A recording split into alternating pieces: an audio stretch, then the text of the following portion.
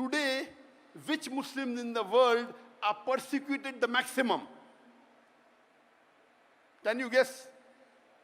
Muslims in which part of the world are persecuted the maximum? Can you guess? From where? Myanmar, Palestine. According to me, today,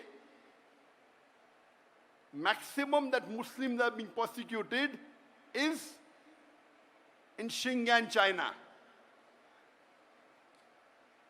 Uyghur Muslims. Yes, Muslims are being persecuted in Myanmar a lot, in Palestine a lot, but in China, it is on different levels. At least in Palestine, the Muslims can pray Salah. Correct? They can say Allahu Akbar. They can fast. They can read the Quran. They can get the contentment in their heart. They are being persecuted without doubt. But in China, they are systematically trying to exterminate them. If you know history, in the middle part of the 20th century, a lot of part of Turkey was taken over by the countries. Some part was taken by Russia, and this part, Xinjiang, was taken over by China. They're actually Turkish people, Eastern Turkestan. And they made it part of China illegally. And many countries are doing that. You can easily make out the difference. You can look at their face and tell them these are not Chinese. But Allah subhanahu wa ta'ala has blessed that land with rich minerals. It has got wealth. So China is trying its level best to see to it that Muslims are exterminated from there. And they started in 2015, according to reports. It wasn't known to the world. It came out, some of the human rights organization came to know in 2016, and it came out in the media in 2017. It started coming out. Became more popular in 2018. What do? There are two types of Muslims in China. One is the Uyghur Muslims. The other is the Han Muslim. The Han Muslims are Chinese Muslim. They have problem, but very less compared to the Uyghur Muslims. Because the Han Muslim look like Chinese, they have problems, but compared to the Uyghur Muslims, very little. The Uyghur Muslim nowadays, most of them cannot even offer Salah.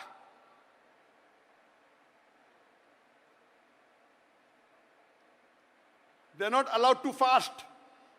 They are forced to have food during Ramadan. Many are forced to have alcohol.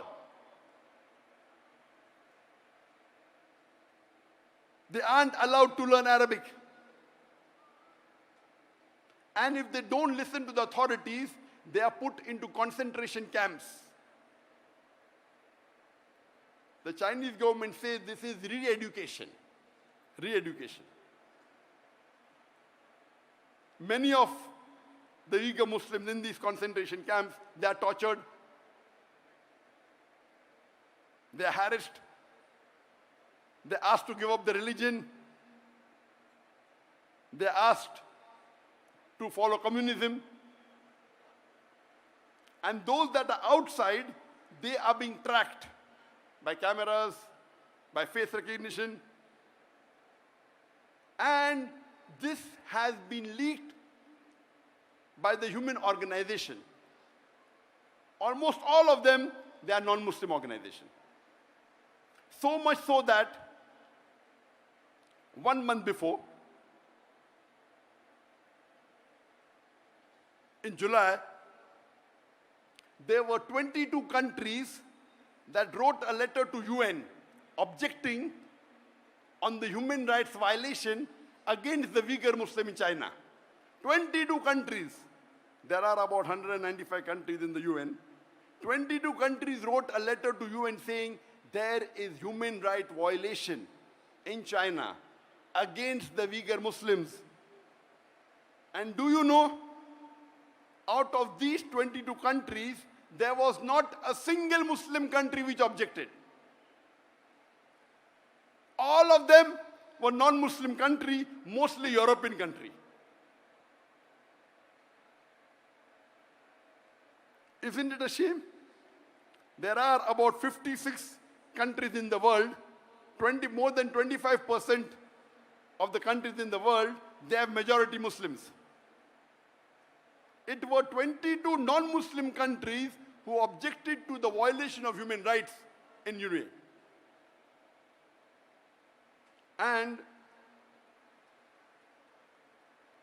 when interviews were taken of some of the heads of states,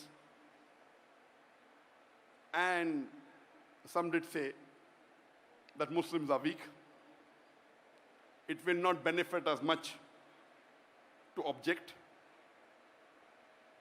To tell you the fact, they may be right.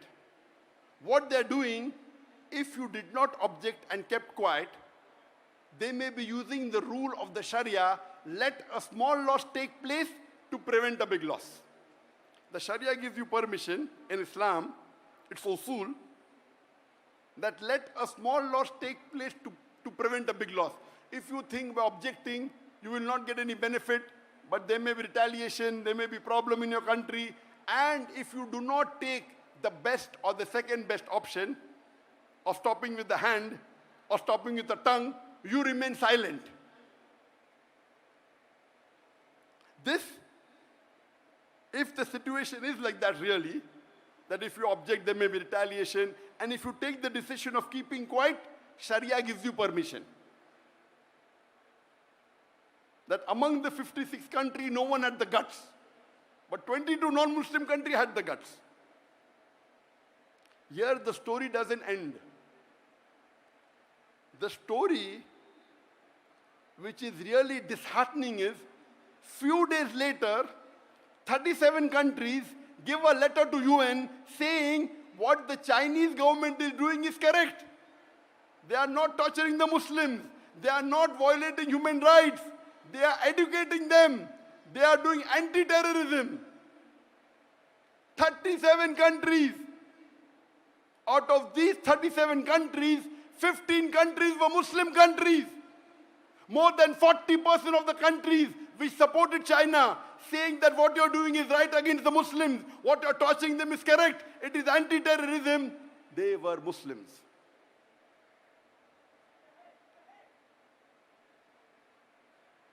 Alhamdulillah, Malaysia wasn't one of them.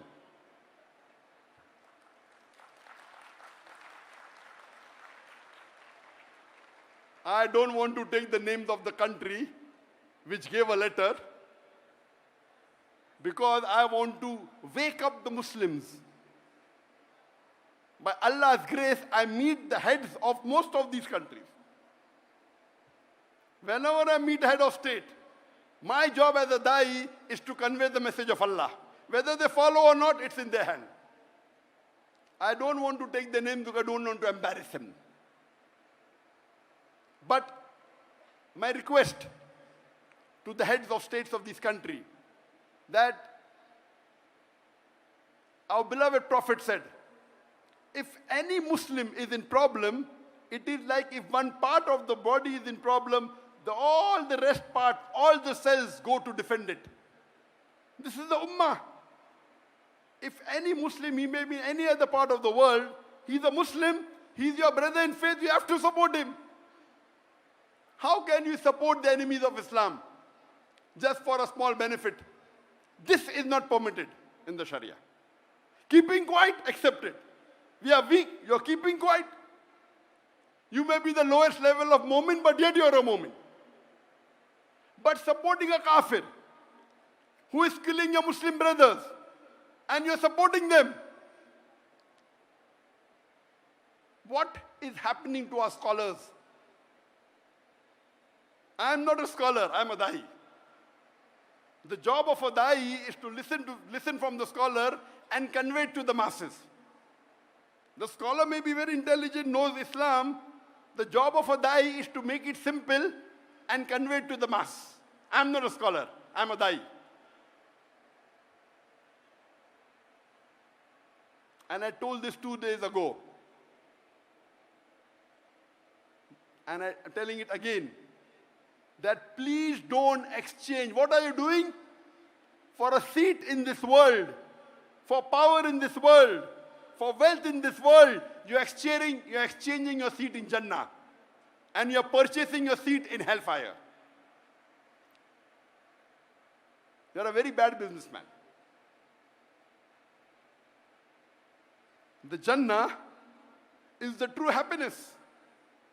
And I gave the details in the first talk I gave in Kelantan on the 7th of August, day before yesterday.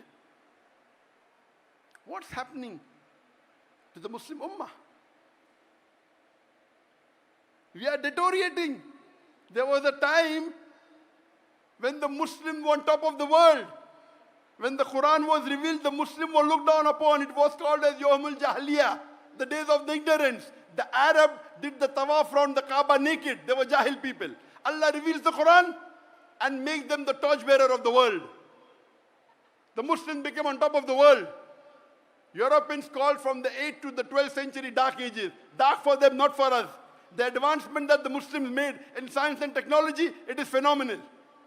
We were on top of the world. Today, Muslims are in large number. More than 25% of the world population are Muslims. We are about 2 billion Muslims.